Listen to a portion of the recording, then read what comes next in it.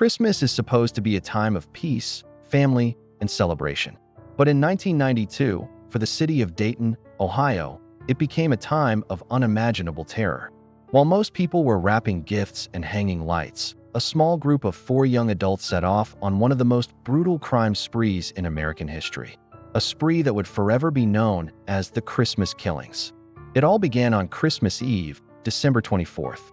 The group, Marlon Green, Heather Matthews, Laura Taylor, and DeMarcus Smith, were angry, armed, and adrift.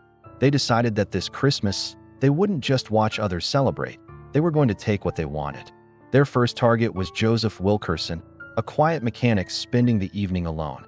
They broke into his home, tied him up, robbed him, and left him dead in his own bed. They ransacked his house for anything they could sell, their holiday spirit fueled by cold-blooded murder. But their night of terror was just getting started. Still on Christmas Eve, the group drove through the streets of Dayton, hunting for what they called easy targets. They spotted Danita Gillette, a young mother working 2 jobs to provide for her family. They shot her on the sidewalk, not for money, but for her jacket and shoes. They stripped the items from her body as she lay dying. An act of such shocking cruelty, it still sends shivers down the spine of anyone who hears it. As the sun rose on Christmas morning, families across Dayton were waking up to open presents under the tree. But this group was waking up with an insatiable hunger for more violence. On Christmas Day itself, they kidnapped a man named Jeffrey Wright. They drove him to a secluded spot and shot him multiple times, leaving him for dead. Miraculously, Jeffrey survived by playing dead until they drove away, becoming the only person to escape their rampage alive. Unaware that their last victim had survived, the killers continued. Their attention turned inward, toward 2 teenagers who had been hanging out with them, Wendy Cottrell and Marvin Washington.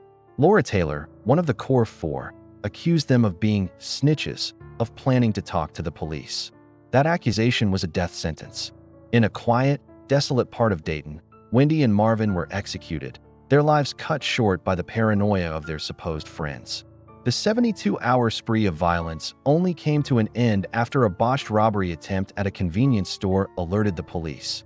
As officers closed in, the chaos finally subsided. The Christmas lights of Dayton were still glowing, but now they illuminated a city in shock. The final count was staggering: 6 people dead, 1 survivor, and a community left traumatized. To this day, Dayton locals refer to it as the Christmas Killings. The name isn't just about the dates on the calendar. It's about how a holiday meant to represent hope and goodwill was completely shattered. It proved that not even the spirit of Christmas could shield a community from the darkest corners of human nature.